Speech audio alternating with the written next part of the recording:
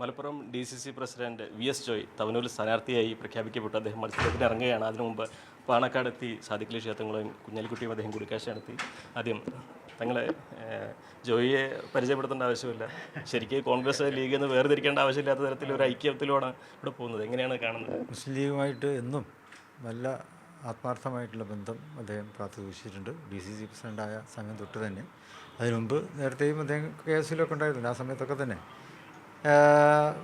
UDF ശക്തിപ്പെടുത്തുന്നതിൽ അദ്ദേഹം വലിയ പങ്ക് വഹിച്ചിട്ടുണ്ട്. ഇപ്പോൾ DCC പ്രസിഡന്റ് എന്ന നിലക്ക് UDF ഒറ്റക്കെട്ടായ മുന്നേറ്റത്തിന് ജോയ് എപ്പോഴും മുന്നിൽ നിന്ന് തന്നെ നിന്നിട്ടുണ്ട്. അഭിപ്രായ വ്യത്യാസങ്ങളൊക്കെ എവിടെയെങ്കിലുമൊക്കെ സ്വാഭാവികമാണല്ലോ, ഈ തെരഞ്ഞെടുപ്പിലില്ല, മുമ്പൊക്കെ ഉണ്ടായിട്ടുണ്ടാവും. അതൊക്കെ തന്നെ പരിഹരിക്കുന്നതിൽ ജോയ് വലിയ താല്പര്യം പ്രകടിപ്പിച്ചിട്ടുണ്ട്. ഇപ്പോൾ ഇത്തെരഞ്ഞെടുപ്പ് പ്രത്യേകത എന്നുള്ളത് UDF വളരെ ഒറ്റക്കെട്ടാണെന്നുള്ളതാണ്. അപ്പോൾ അതുതന്നെ വിജയത്തിൻ്റെ ഏറ്റവും ആദ്യ പടിയാണല്ലോ. അവർക്ക് വിജയകരമായി തരണം ചെയ്യാൻ അദ്ദേഹത്തിന് കഴിഞ്ഞു. അദ്ദേഹത്തെ തവനൂരിൽ സ്ഥാനാർത്ഥിയാക്കി നിർത്തുന്നതിൽ ഞങ്ങൾക്ക് വലിയ സന്തോഷമുണ്ട്. നല്ല വിജയം അവിടുത്തെ ജനങ്ങൾ അദ്ദേഹത്തിന് നൽകി.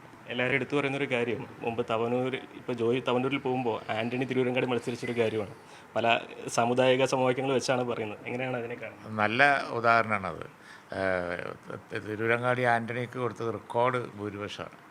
അത്രയും വലിയൊരു ഭൂരിപക്ഷത്തിന് ആൻ്റണി ഇവിടെ ഇപ്പോൾ എപ്പോഴും നിയോജകമണ്ഡലങ്ങളിലൊക്കെ ചെല്ലുമ്പോൾ പല ജാതി മത സമവാക്യങ്ങളൊക്കെയുള്ള അതിലൊന്നും മലപ്പുറം ജില്ല അല്ലെങ്കിൽ കേരളം തന്നെ പെടില്ല. അതാണ് കേരളത്തിൻ്റെ യഥാർത്ഥ സ്റ്റോറി. ജോയ് ഒരിക്കൽ കൂടി അത് ഈ പ്രാവശ്യം തെളിയിക്കും. എത്രമാത്രം ആത്മവിശ്വാസമുണ്ട്? തീർച്ചയായും അഭിമാനമാണ്. ഐക്യജനാധിപത്യ മുന്നണിയുടെ ഒരു പൊന്നാവരം കോട്ടയാണ്. 100 സീറ്റുമായിട്ട് UDF അധികാരത്തിലെത്തുമ്പോൾ മലപ്പുറത്ത് 100 മേനി വിജയം ഉണ്ടാവും. അതിൻ്റെ തുടക്കം, അതിൻ്റെ പ്രഭവ കേന്ദ്രം പാണക്കാട് കൊടപ്പനക്കൽ തറവാടാണ്.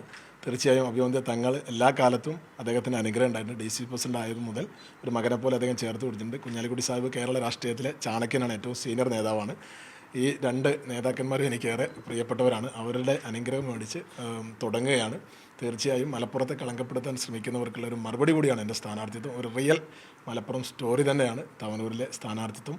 അത് കേരളത്തിൽ മുഴുവൻ സ്വാധീനിക്കും. വലിയ വിജയം ഉണ്ടാവും. വലിയ ആത്മവിശ്വാസമാണുള്ളത്. ജോയുടെ വാക്കുകളെല്ലാം ഉണ്ട്. കേരളം കേൾക്കാൻ ആഗ്രഹിക്കുന്ന ഒരു കാര്യമാണ് അദ്ദേഹം പറഞ്ഞത്. എന്താണ് ആത്മവിശ്വാസത്തോടെ ജോയി പ്രചരണത്തിന് ഇറങ്ങുകയാണ്. അഖിലോട്ട് പറയൊപ്പം CV അനുമോദ്, News 18.